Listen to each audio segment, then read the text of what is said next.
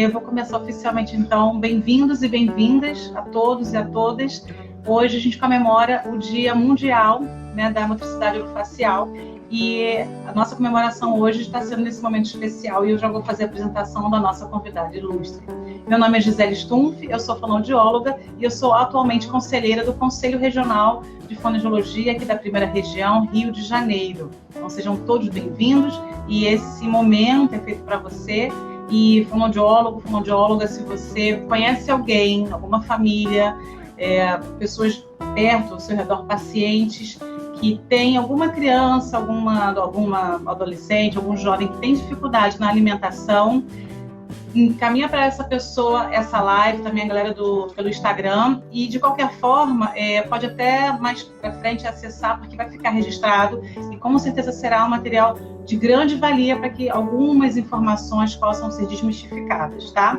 Então, como eu falei, meu nome é Gisele, e para comemorar o Conselho, né, comemorar o Dia Mundial da Motricidade Orofacial, a gente tem hoje a honra de receber, espera aí que eu vou ler o currículo da pessoa, que é muita importância para o meu coração. Especialista em motricidade orofacial, mestre doutor em ciências pelo INE Fiocruz, professora adjunta do Departamento de Fonoaudiologia da Faculdade de Medicina da UFRJ e supervisora do maravilhoso ambulatório de motricidade orofacial do INDC, que é o Instituto de Neurologia de Ourindo Couto, também da UFRJ. E hoje ela vai falar com a gente sobre seletividade alimentar, que ela já vai explicar um pouquinho esse conceito. Com vocês, a nossa querida Márcia Lucena. Seja bem-vinda. Boa tarde, gente. Eu queria agradecer muito esse convite. É um dia muito especial para nós, fonoaudiólogos, e para os motricistas orofaciais. É um dia de muita felicidade e estou muito grata por esse convite, porque é sempre muito importante divulgarmos a nossa profissão, divulgarmos a especialidade, e divulgarmos e desmistificarmos alguns assuntos que são ainda desconhecidos de grande parcela da sociedade e de alguns fonoaudiólogos que ainda têm dificuldade com alguns conceitos. Eu quero dar uma boa tarde aos meus alunos, se tiver aluno por aí, dá oi. Quero dar boa tarde a todos os professores das faculdades, da minha faculdade, né, da minha universidade, UFRJ, dar boa tarde aos professores da Faculdade de Veiga de Almeida, da UF, nossos professores da Faculdade de Fonoaudiologia. Boa tarde a todos os fonoaudiólogos que estão aí. Boa tarde a todos os parentes de crianças ou adolescentes, familiares, parceiros. Boa tarde a todos. Vamos ver se a gente, torcendo para que a gente possa ajudar todo mundo, né? Com certeza. Que a gente possa tirar as... E vamos começar então com a questão da seletividade alimentar, que você havia dito que é por aí, mas é uma parte de uma outra questão. Na verdade, o tema ficou restrito, né? O título do que a gente ia conversar hoje se restringiu, porque seletividade alimentar é um pedacinho das dificuldades alimentares, né? São muitos os reguladores, são muitas as questões relacionadas à alimentação, né? Ao alimentar. E aí, seletividade é um pedacinho das dificuldades alimentares, que nós temos transtornos, distúrbios, dificuldades que podem ocasionar, né, algumas dessas características, como rejeição, preferência por algum alimento, intolerância por alimento em cavidade oral, crianças que têm dificuldade em sair do aleitamento, seja ele artificial ou materno, e recusam o alimento. É um universo muito grande. Crianças com alteração sensorial, neurosensorial, crianças com alterações neurosensoriais motoras, né? Crianças que precisam de um acompanhamento desde que nascem e são liberadas pelos médicos dentro de estimulações precoces. Então, assim, nós temos um universo amplo quando a gente fala de alimentação. De alimentação, né? É bem extenso. Você comentou, então, da criança com necessidades diferentes, da questão neurosensorial, questão motora. E às vezes chega para o fonoaudiólogo, porque essa área, pelo que eu andei dando uma pesquisada, porque eu sou de outra área, mas a gente começa a ler, se envolve, é relativamente recente. Estou errada? Então, como é que é isso? Então, o olhar para essa área é relativamente recente. Eu quero alertar aqui, eu acho muito importante. Tem um tempo que eu já fiz faculdade, eu não lembro de trabalhar essa questão com esse olhar. Então, por quê? Porque os profissionais que trabalham dentro de instituições multidisciplinares, principalmente interdisciplinares, já caminham nesse sentido, né? Assim, eu sou muito grata aos 14 anos que eu passei dentro da APAE, Niterói. trabalhar com fisioterapeuta, com psicólogo, com terapeuta ocupacional, com assistente social, pedagogo. Isso fez com que eu pudesse ver o meu paciente, desde bebezinho, como um todo, e não só com uma boca, né? Então, assim, olhar esse indivíduo, esse paciente agora, como não só a boca, e dar conta dele globalmente, dele como um ser que é muito mais do que uma boca, é recente. Poucas pessoas faziam isso, né? Então, assim, eu, graças a Deus, eu tenho esse olhar desde cedo por conta da minha experiência dentro de estimulações precoces, dentro de atendimento, com uma equipe multidisciplinar.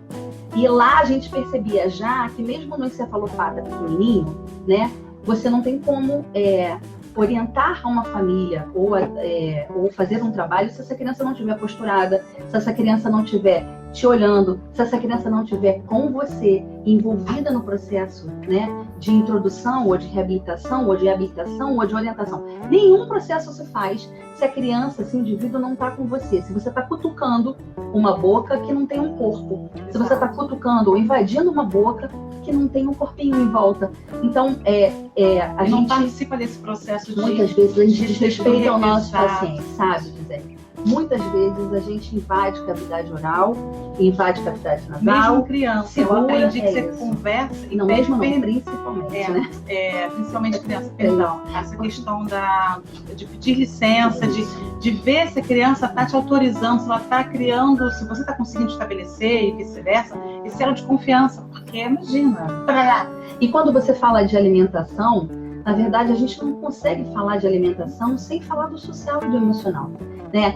Quantas vezes, graças a Deus, nossos alunos não vão fazer mais, mas eu estou formada há 25 anos, quantas vezes vi fonoaudiólogo enfiando garrote, gaze, com chiclete dentro da boca de criança para a criança simplesmente fazer, achando que isso é mastigação. Isso não é mastigação. Abrir e fechar de mandíbula. Daí a importância... Isso não é mastigação. Daí a importância de se reforçar que as coisas só estão mudando porque pessoas estão investindo em pesquisa. Então você tem que pesquisar, tem que investigar sim, tem que fazer trabalhos acadêmicos. Nossa profissão está virando cada vez mais ciência. Exato. Né? Antigamente a gente não comprometia, entre aspas, a saúde. Hoje, dependendo da atuação, você pode comprometer a vida da pessoa. Sim. Então, a nossa profissão hoje, ela está em todo tipo de canto da sociedade. E é muito importante esse comprometimento do fonoaudiólogo, estar atento com a ética e com a ciência. Isso é muito importante. Alertar um pouquinho mais, voltar a falar da importância dos nossos pares, né? Uhum. Você não trabalha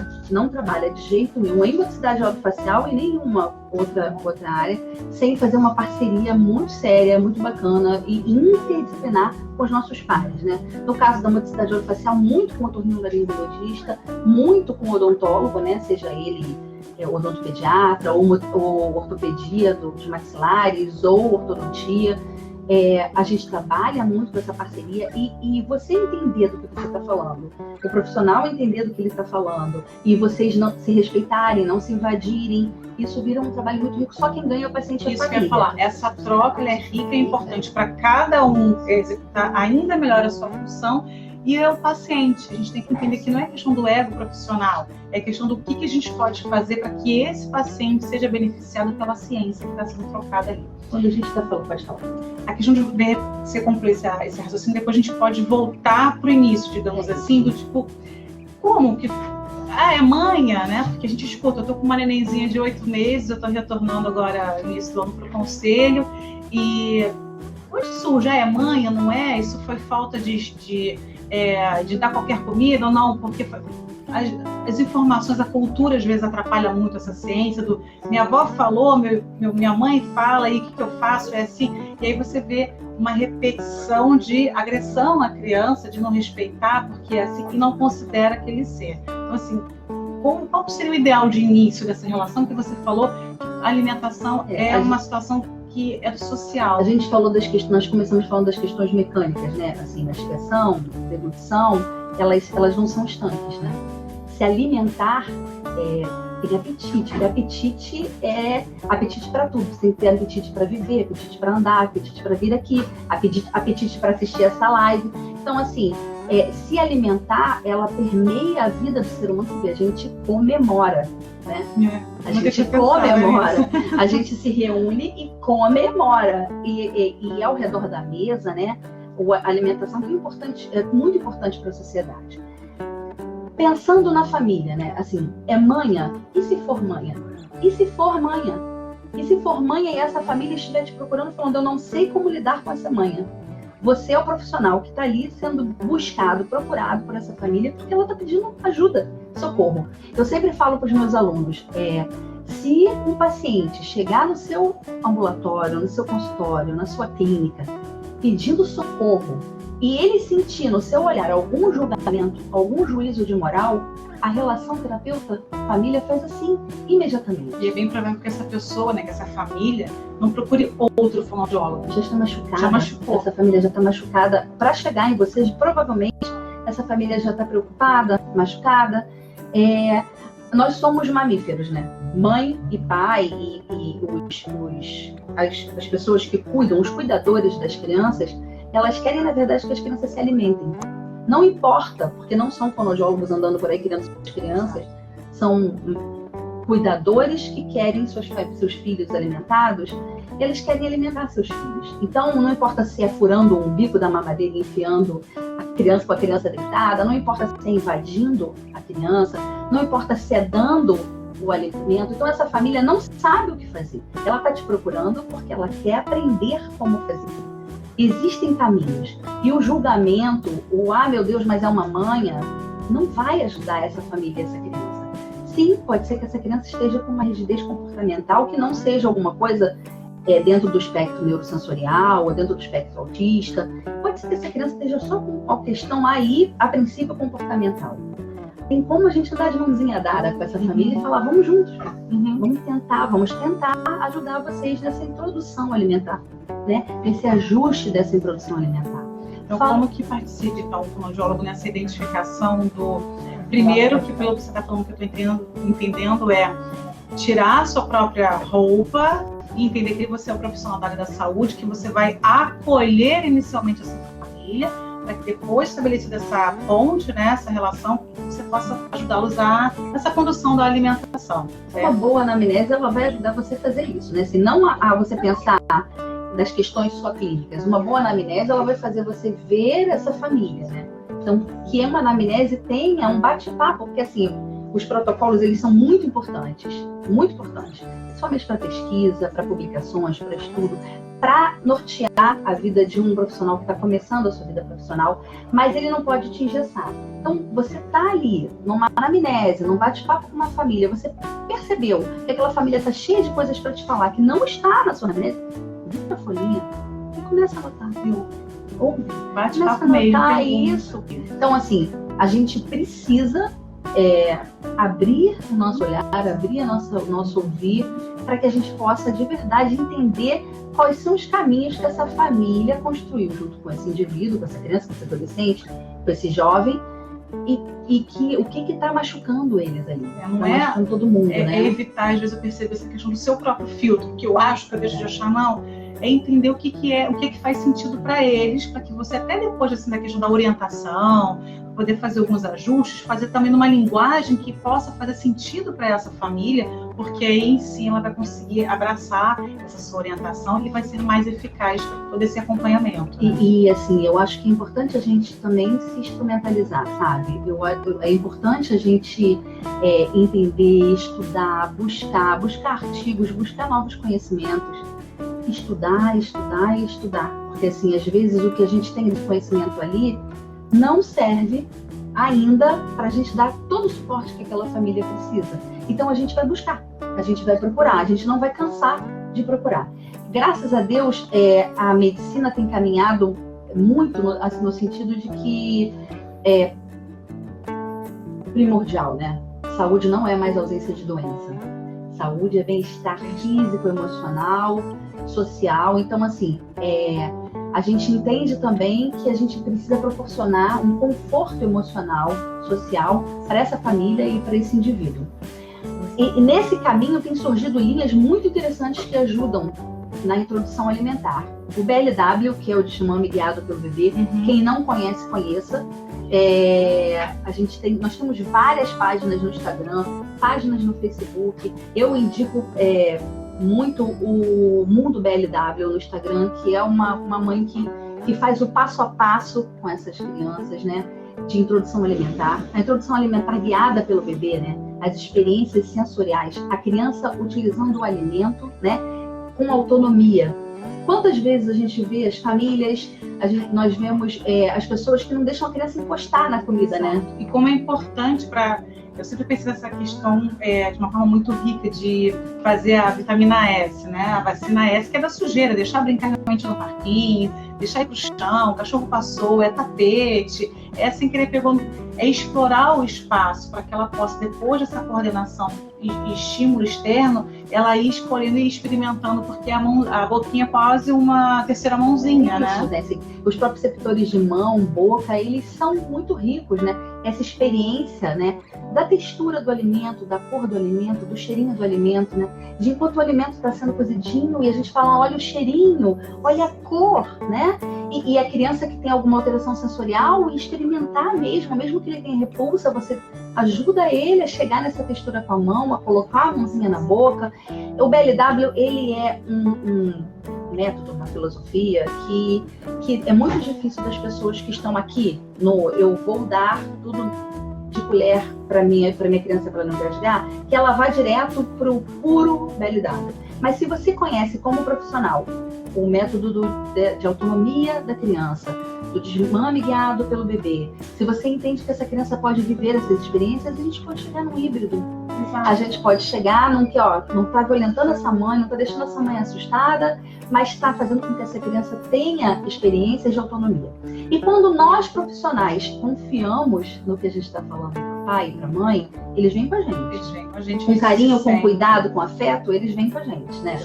Tem duas perguntas aqui que tá mais lá na frente. Eu queria só deixar claro pro pessoal, né, que deve ter família, pai, cuidador, além dos próprios profissionais, a questão da dificuldade de alimentação. Então, o ambiente ideal é essa criança que participa com esse cuidador, de repente, na medida do possível, do preparo do alimento, vai, sei lá, fazer a feira junto, vai pegar, vai ver que estranhou, que gosta, que o cheiro é bom, não é? A experimentação mesmo.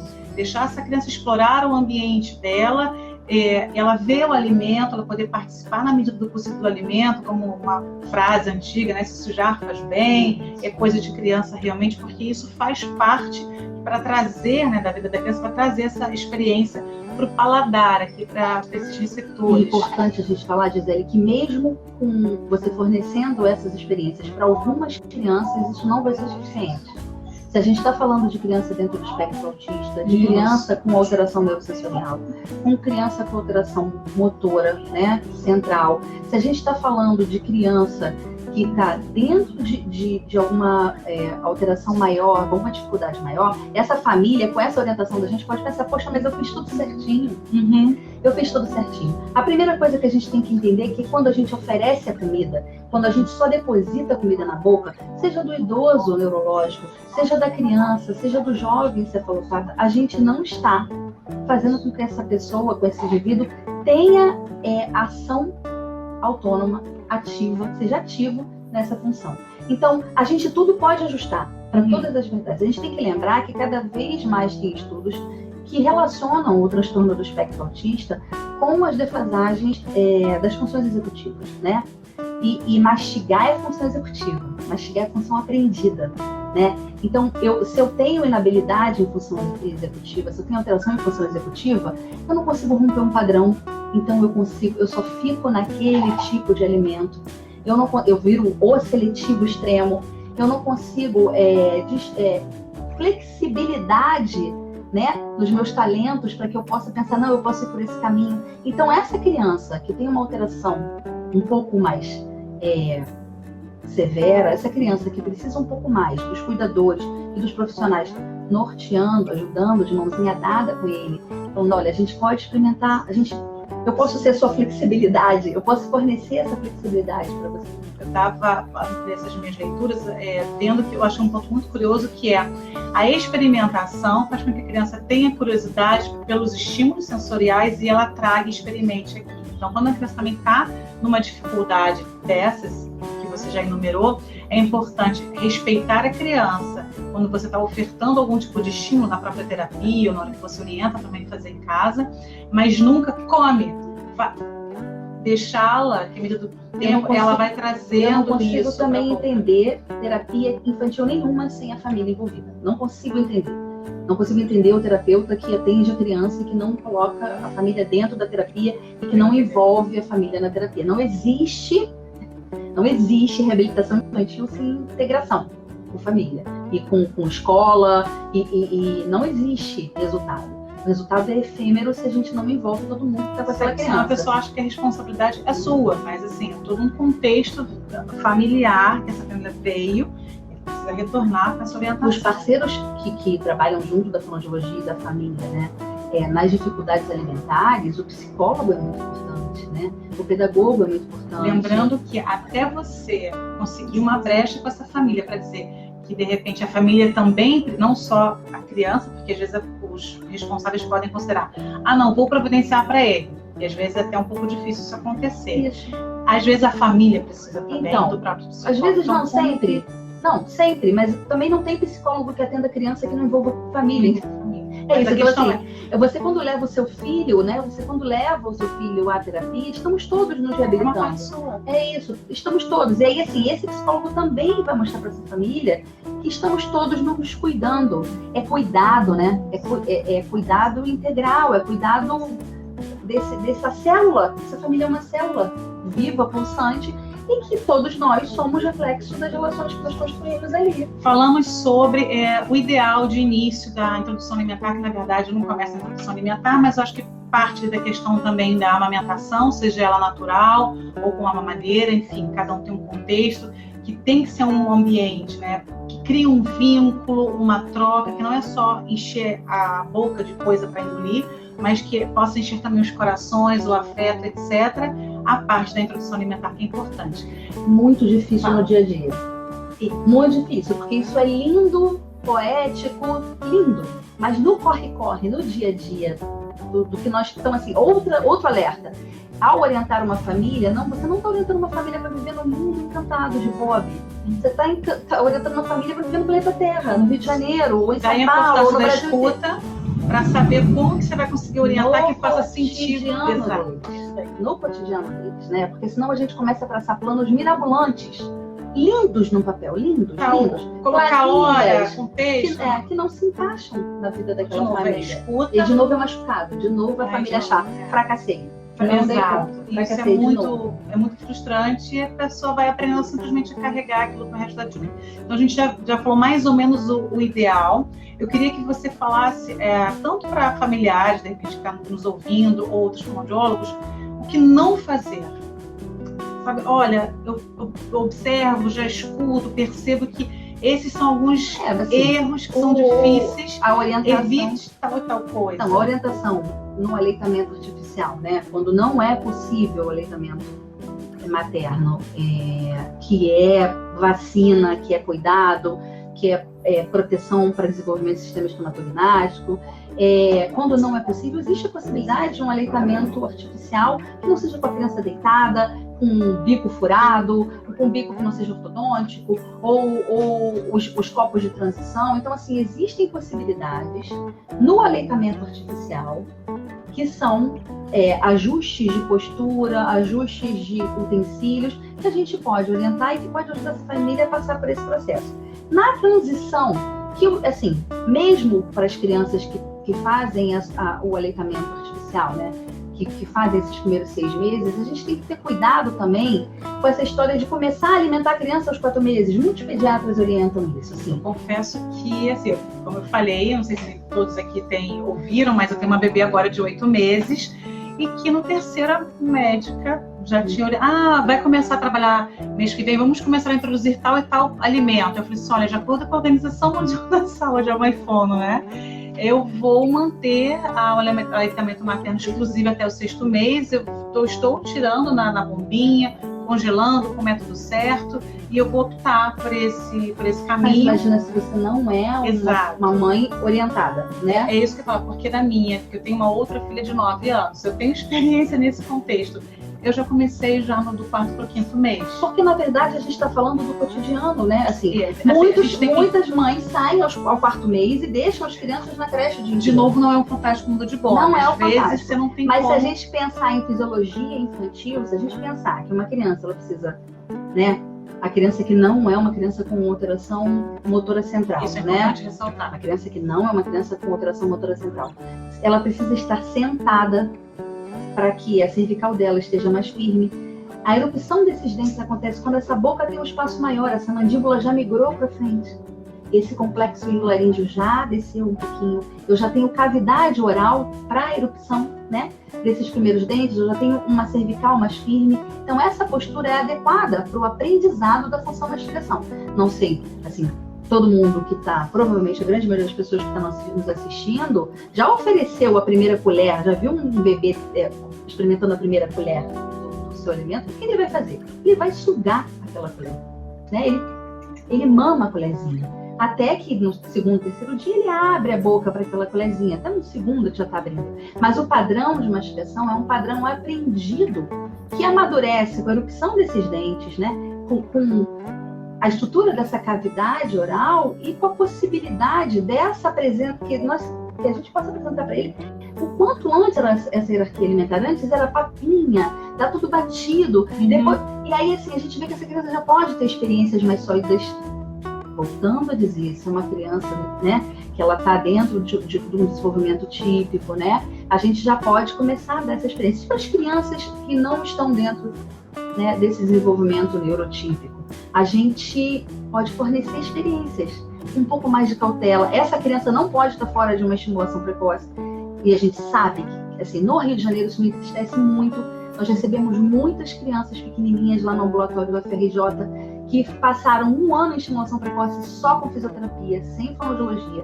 Isso dilacera meu coração, porque a gente sabe que essas crianças precisam de acompanhamento contínuo de uma equipe multi-interdisciplinar. Então, assim, não só um ou outro, na verdade, todos ideal. Juntos. Óbvio, graças a Deus essa criança teve fisioterapia. Mas se ela tivesse cercada dos cuidados, nós estaríamos juntos com essa família, orientando, cuidando desse contexto, de toda essa introdução alimentar, de todo esse início dessa vida alimentar dessa criança, que não é através de bicos ou do seio materno, através de copos, através de copinhos de transição. O ideal é estudar, mais uma vez, né? Ir atrás daquilo que as pesquisas estão mostrando, porque, como você falou, na época que minha filha mais velha ainda era pequena, se deixasse, batia tudo no liquidificador para dar. Tem gente que ainda dá na mamadeira, naquela pasta toda misturada. Com a minha mais nova, eu já consegui fazer diferente. Ela estava sempre no colo, na medida do possível, né, gente? De novo, não é o fantástico mundo de bola. No preparo do alimento. E eu comecei a ver que ela fazia, antes do 6º mês, fazia a carinha para vir quando eu botava alguma coisa na boca. Aí até eu gente, peraí que agora eu sou mãe, não sou fono. E eu peguei alguma coisa que não tinha sal para ver se ela... E aí eu não posso mais tomar café com ela no colo, porque ela faz a cabecinha bem pra frente. Agora ela já tá com 8. Agora ela tá com 8, já tá tudo bem brincadinho, e ela tem todo aquele movimento. Se a gente, para não perder só o raciocínio, se a gente pensar, né, que a maxila, ela é o céu da boca, ele é responsável também pela percepção dessas texturas.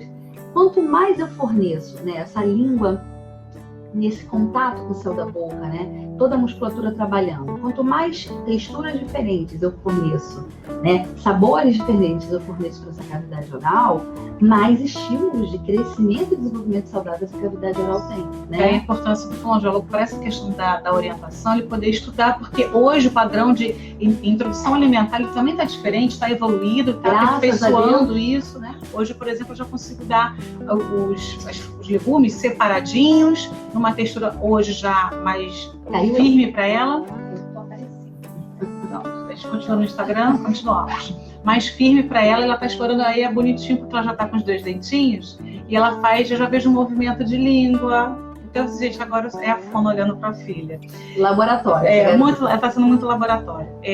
E agora a outra questão é o seguinte, essa família, então, a gente já viu o que seria o ideal, né, de desenvolvimento, algumas orientações do que não fazer. A questão agora é, o fonoaudiólogo que está evoluindo nesse olhar, como eu falei, por exemplo, eu não tinha, agora eu estou passando a ter, porque está surgindo e é uma grande demanda realmente.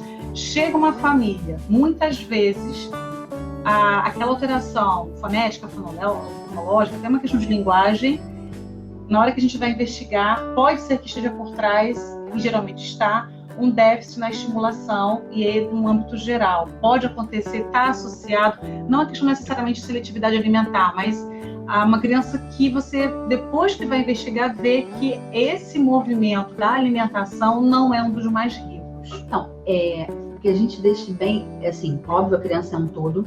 Me corrija se eu estiver errada, porque não, assim, eu pra gente separar as coisas, né? Universo, então, assim, uma criança que tá tudo ok com o seu cérebro linguístico, né? Que tá tudo ok com o seu desenvolvimento linguístico, e ela não vai se alimentar, o máximo que ela vai fazer é poder ter uma hipofunção dos órgãos e falar com a boca um pouco menos funcionante, né?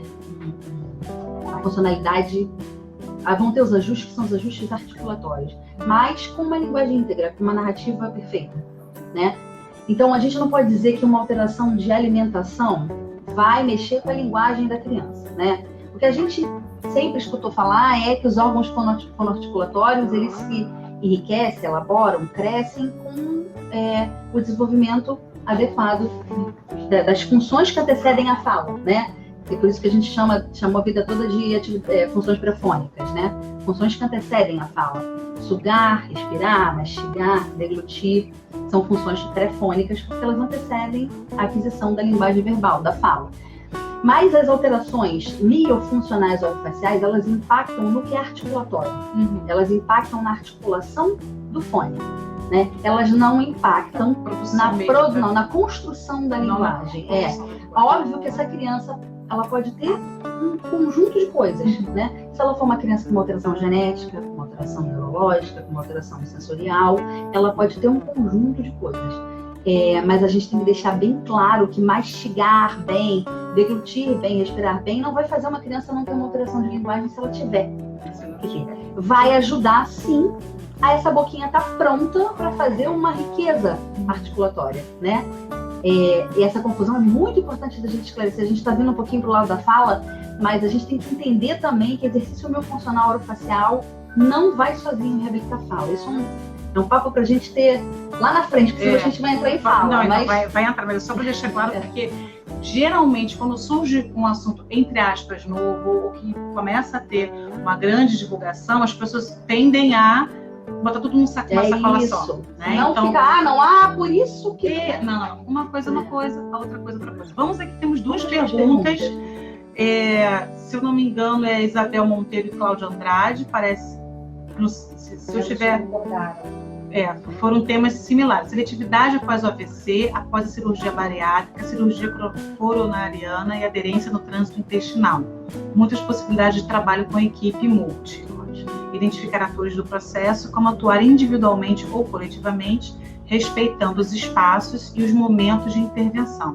Isso faz diferença no acompanhamento a esses indivíduos. Então, na verdade, elas estão dando uma colaboração. A pergunta é isso, né? Assim, a gente está falando da criança, mas a gente não pode descartar os pacientes adultos e idosos. Eu tenho uma mãe com Alzheimer e a orientação aos cuidadores de um idoso com Alzheimer são muito similares às orientações aos cuidadores de crianças pequenininhas, né? A gente tem que ter esse trabalho globalizado, ético com os pares, entendendo cada um a sua ação, né? Que ator tem que ação, em que momento eu posso estar atuando em conjunto. Não adianta ser um atendimento multi, se ele não é inter, se eu não falo com ninguém, que aquela criança está picotada, sendo atendida é muito interessante por você todo falar, mundo. É multi, mas cada um trabalha no momento sabe diferente. O que está acontecendo, o terapeuta ocupacional não sabe o que o fonoaudiólogo está fazendo, o fisioterapeuta não conhece, o odontólogo, o dentista também não sabe o que está acontecendo, o otorrino nunca falou com o fonoaudiólogo nunca falou. Então, assim, o psicólogo nunca teve um contato. Eu acho que é a riqueza do nosso trabalho. E vale a pena a gente investir em propagar e tornar isso uma cultura também da fonoaudiologia, até porque a gente é a profissão da comunicação humana.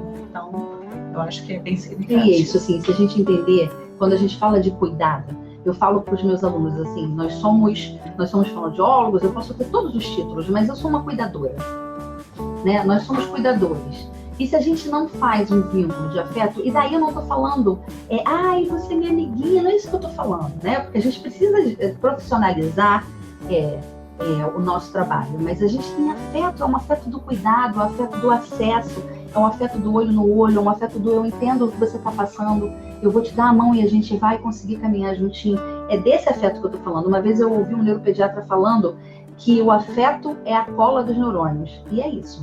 O afeto é a cola dos neurônios. Você não aprende nada na escola, ou em casa, ou na vida, se não tiver afeto envolvendo aquela ação. Então é por isso que a gente precisa, ao invés de julgar, de se distanciar, de se vestir do conhecimento e não acessar as dores dessa família, a gente precisa se despir e acessar. É como você falou, a questão do afeto, nesse processo, né, de ajustar o paladar, a criança, esse estímulo. Vamos então para quem não de repente, ou já teve um paciente, mas não sabe que era dessa situação, ou vou começar a trabalhar. Se de repente há um paciente que dá esse tipo de sinal, a gente já falou sobre anamnese. Como que eu começo? A família vem com as questões dela, né? Como é que o raciocínio clínico, só para dar um start de repente para algum fonoaudiólogo que está nos assistindo, de falar, ok, chegou no meu consultório, eu não quero deixar de acolher, nem que seja assim para de repente eu ter um tempo para indicar alguém de confiança, mas eu já acolhi essa família. Como que ele começa? É deixar bem claro para essa família que existe solução, que existem instrumentos e ferramentas para ajudar essa família, essa criança. Se eu não sou profissional que vou saber ajudar, eu tenho para quem encaminhar. E deixar bem claro que a gente pode e deve ajudar e que a gente vai conseguir no contexto da família, né? No caminho da família. Na anamnese, né? Nesses primeiros contatos, no conhecimento que você vai tendo da família, é importante primeiro enxergar qual é a queixa daquela família. Qual é a maior dor? Porque senão você fica cercando. Você vai fazer o que você quer. Não. Mas o que aquela família foi ali para ser curada? E aí, assim, se essa família está com muita dor, que ela entre na sessão, né? Muitas e muitas vezes, para... Alguém falou que legal, ela falou sobre linguagem. Gente, pode participar, mandem suas perguntas, mesmo que de repente esteja um pouquinho aí do lado, ela vai responder, volta para o assunto. Então, é um bate-papo para atender vocês, não ficar tá? Muito aqui, para pensar na prática. Então, assim, qual é a primeira queixa dessa família? O que essa família veio buscar? E no trabalho com a criança, trabalhar o que é sensorial. O trabalho é proprioceptivo, é sensorial, é global, não é boca primeiro. Eu acho que então boca, deixa ela fazer o que ela quiser com a boca. Enquanto você ainda não tem acesso a essa criança, você não pode na primeira sessão, né? Então, assim... De novo, a questão da experiência, confiança, afeto. Isso. É o lugar dela. E aí, assim, você pode trabalhar com o quê? Cheiros, texturas, tudo que é tátil sinestésico, tudo que é proprioceptivo, né? Temperatura, cor. Você pode começar a trabalhar isso tudo no corpo da criança, na mão da criança. Cuidado só. Cheiro, a gente tem que ter cuidado só. Porque os alérgicos, eu tô falando cheiro de comida, tá, gente? Então, assim, família, o que é ser criança? Olha, Márcia, ele só come um biscoito de polvilho e só toma esse. Não tá, traz pra cá. Com isso que vai traz pra cá. Olha, traz pra cá. Vamos comer com essa criança. Deixa ele me mostrar por que ele prefere isso. Porque tem criança que é tão seletiva que ela escolhe um formato de biscoito. Se esse mesmo biscoito tiver um outro formato, ela não vai comer. E aí a gente precisa entender por que isso está acontecendo, né? E experimentar, fazer piquenique, fazer mesinha. Mesmo que a criança não coma nada. Exatamente. Criança com alterações neurosensoriais profundas, crianças que têm alterações sensoriais severas. A gente pode experimentar textura, temperatura, cheiro, tato, contato, tudo com música, corpo, né? É na mão, é no pé, com ritmo também. Óbvio que assim, o que a gente tem que fazer, que a gente tem que ter muito contato, então tá, então eu vou começar no lúdico e não ficar assim um ano, né? Porque também corre pro outro lado, assim, eu vou ficar um ano cantando e fazendo carinho. Então, assim, essa família precisa ser acolhida. Então, vamos lá, o que a gente pode fazer? O que eu estou fazendo aqui que a gente pode replicar em casa. Isso vai funcionar se a gente fizer em casa? Exato, porque aí, como você coloca, a família entrando, ela vai entender que você não está só brincando com essa criança, ela precisa entender a ciência que está por trás. Importante, mas tem que ter ciência, mas né? é porque os pais não sabem o que é o nosso brincar, a ciência que está por trás disso. E eles sendo literalmente chamados para dentro da terapia e você até conduz assim o próprio pai, a própria mãe na terapia, porque eles é que vão reproduzir isso em casa. Se funcionar, isso. ok. Se não funcionar, você vai ter que mudar um pouco a estratégia para criar uma que funcione para essa família poder reproduzir em casa, para que esse estímulo permaneça ao longo da semana até a próxima. Vamos lá, de novo, tem que ter frequência, intensidade e duração. Adoro. Tem que ter frequência, intensidade e duração. Anotem isso, você faz uma aula, tudo tá, no gente? nosso corpo, um novo padrão, ele só se instala, se automatiza com frequência, intensidade e duração dos estímulos. Essa criança, essa família indo para o ambulatório, ou para o consultório, ou para a clínica, ou para o hospital, o atendimento ambulatorial, e meia hora, 1 hora, 40 minutos, e nada sendo replicado durante o seu cotidiano dia a dia, nenhum novo padrão se restabelece. Nenhum novo padrão vai acontecer com aquela família, com aquela criança, naquele padrão de alimentação, né? Bem difícil. Tem um comentário aqui da Rose Cláudia Andrade, que é do Instagram, foi Rose, que comenta, na verdade, um comentário sobre a dificuldade das mães manterem a amamentação ao voltar ao trabalho. Então, assim, uma questão cultural, uma questão de sociedade, é uma pressão muito grande em cima de grandes fábricas e indústrias da alimentação voltando. Eu lembro que uma amiga minha falava quando voltou a trabalhar e teve que deixar a criança com 4 meses, ela falou assim: não sou mais boa em nada, porque eu não me sinto mais boa mãe, não me sinto mais boa profissional, eu não tô... Aí você vê o desespero dessa pessoa, que o mercado está exigindo a volta dela, o retorno dela. Eu acho que boas parcerias, assim, se você tem com quem deixar essa criança em casa nesse primeiro momento, você pode orientar um cuidador, que seja um cuidador familiar, ou orientar um cuidador que você precisou contratar, ou uma creche, um espaço que respeite a dinâmica, né, que a mãe estabeleceu junto com um terapeuta. Uma coisa com um pediatra. Assim, curiosa, porque nem sempre é possível, tá?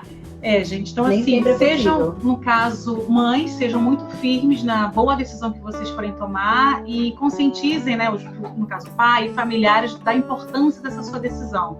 Tem os hospitais públicos, aqueles que são referência, amigos da criança, né, que tem um suporte para a amamentação. Então, eles vão ensinar como você vai ordenhar esse leite, como você vai congelar esse leite, como que você vai descongelar para dar para a criança, posição, copinho.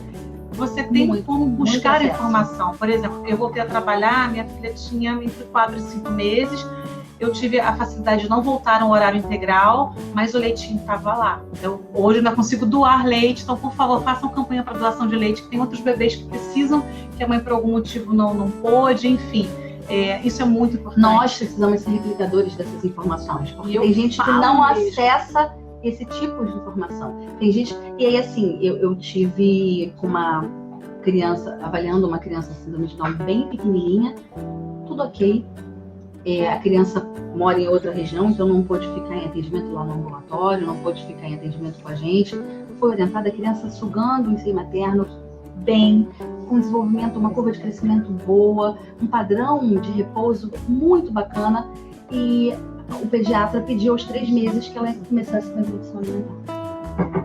Uma criança que não tinha necessidade, e tinha toda a necessidade de continuar sendo aleitada. Então, assim, a gente precisa ficar de olho, a gente precisa monitorar, a gente precisa orientar, questionar, passar credibilidade para essa família, para a família confiar, não. Exato. Poxa, se ela está dizendo, eu acho que isso é um cuidado bacana, sabe? Eu acho que é isso mesmo. Eu acho que é buscar novas informações, estar sempre atualizado, porque as coisas vão mudando, e que bom que estão mudando, porque muita coisa que fazia todo sentido antes, que era dar leite condensado para a criança, quando bebê, e hoje, obviamente, a gente já tem todo um entendimento. Então, isso é muito significativo. E outra coisa, ter a humildade de entender que eu ainda não estou pronta para atender essa criança, essa família, eu vou encaminhar para alguém, ou aquela pessoa ali, eu acho que vai ajudar mais. E aí, se eu tô agoniada com isso, porque eu quero muito atender, eu vou me capacitar. Mas não dá para me capacitar em paralelo com aquela criança que está precisando muito de ajuda agora. Então, a gente também tem que entender, graças a Deus as faculdades estão formando de de uma percepção mais generalista, o fonoaudiólogo sai, né, os nossos alunos saem com conhecimento geral muito bom, não é superficial, é profundo, mas a gente tem que entender quando a gente não dá conta, é importante, é ciência, é ético que a gente encaminhe para quem saiba fazer. Não precisa abraçar o mundo todo com os braços. E é bonito dizer que não sabe, ainda, e vai se capacitar. A gente já falou então sobre a primeira infância, o ideal, o que não se pode fazer, falou um pouquinho também dessa questão das pessoas que têm mais idade, a importância das crianças dentro do espectro autista. Exatamente. As funções executivas. Mastigação é uma função aprendida, então às vezes a criança não sabe o que fazer com aquela comida na boca e não consegue romper aquele padrão, começar uma nova alternativa, um novo caminho. Não julgar, acolher. Deixa eu ver se tem ali uns 10 minutos agora. Mônica Diniz, São José do Vale do Rio Preto. Olá. Explicar para os pais cada exercício, para que serve, quais os efeitos para que tenham responsabilidade de praticá-los em casa. Lídia, lembra que podem chamar as consultoras em amamentação. Isso. Trabalhar junto, é isso? Você falou sobre isso, né? Essa questão do exercício, para que serve, trazer para dentro da terapia, assim, o pai e a mãe acho que não são os terapeutas, né? Então a gente tem que ver que o que eles conseguem replicar de uma forma segura e que, obviamente, facilite, não estresse aquela relação. Mas aí a gente está falando de alteração miofuncional orofacial. Quando a gente fala de dificuldade, quando a gente fala de dificuldade alimentar, não adianta ficar treinando mastigação, né? Quando a gente fala de dificuldade alimentar, as orientações vão ser em relação ao cuidado cotidiano. Até a gente pode passar que eu mostrar para o pai e experimentar com o pai e com a mãe, e com o cuidador que seja, com o vó, tio, que a gente pode replicar essas experimentações, né? Essas vivências sensoriais em casa. Mas exercício não é... Você vai segurar então agora rapidinho, porque a gente vai finalizar, a gente tem 8 minutos, então se alguém ainda tem alguma dúvida, por favor, pode mandar sobre essas orientações. Boa, é uma delícia. Sobre essas orientações, assim, lógico que não dá para ter todas as refeições, todo mundo sentado à mesa com ótimos pratos e coisas maravilhosas, mas assim, quais aquelas orientações básicas que um fonoaudiólogo pode já, mesmo que seja só nessa consulta, porque eu vou te encaminhar para outra, mas ele já pode fazer alguma coisa de orientação para os pais que têm essa criança com seletividade alimentar, até que ele ache esse outro fonoaudiólogo de confiança. Só vou reforçar aqui então que o fonoaudiólogo ele pode se capacitar como consultor em amamentação, e isso é muito importante, porque a gente é dessa área. E eu vou dizer para vocês que eu fui beneficiada, né, por uma amiga, consultora em amamentação, porque minha filha tem alteração no freno, ele estava me machucando muito. E foi a Lídia. Olha, falando sobre alteração no freno, a gente tem as tecnologias também estão cada vez mais avançadas. Agora tem dentista, odontopediatra fazendo frenectomia ou frenotomia, mais a frenotomia, com laser de alta intensidade. Então, assim, o bebê é submetido por um método muito menos invasivo. Então, assim, mas também não é qualquer língua que precisa ser picada, né? A minha não precisou, graças a Deus. Ela com 8 meses, 10 quilos, e aí o fonoaudiólogo, consultor em aleitamento vai ajudar muito nesse sentido. Orientação aos pais, então, pra gente finalizar. Não dá para você fazer um checklist de orientações aos pais, porque cada família precisa de uma orientação específica. Mas o geral se está com dor, quantas mães, pais, mães, vós, ficam desesperados, e esse vira um momento de guerra e de tensão e de muito medo. Colher perseguidora. Medo, meu filho não vai se alimentar, o que eu vou fazer? Então a gente precisa abrandar, falar que esse momento é um momento de prazer, que esse momento precisa ser um momento calmo. Vamos pensar junto ao pediatra, ao nutrólogo, o que a gente pode fazer? Você pode dar menos, ele pode eleger, então, se ele só elegeu isso aqui, deixa ele comer isso aqui agora. Você está assumindo. Então, assim, primeiro a gente tem que tirar essa dor e esse pânico e essa fobia, porque é igual mãe que não consegue botar filho para dormir, vira um momento de fobia. Você faz fobia ao momento da alimentação. Tá todo mundo machucado, então a gente precisa falar, olha, vamos acalmar isso aí. Sentar à mesa nem sempre é possível, mas aí vamos botar a criança num cadeirão mais próximo da gente. As experiências, né? Comer junto é muito importante, a criança vendo.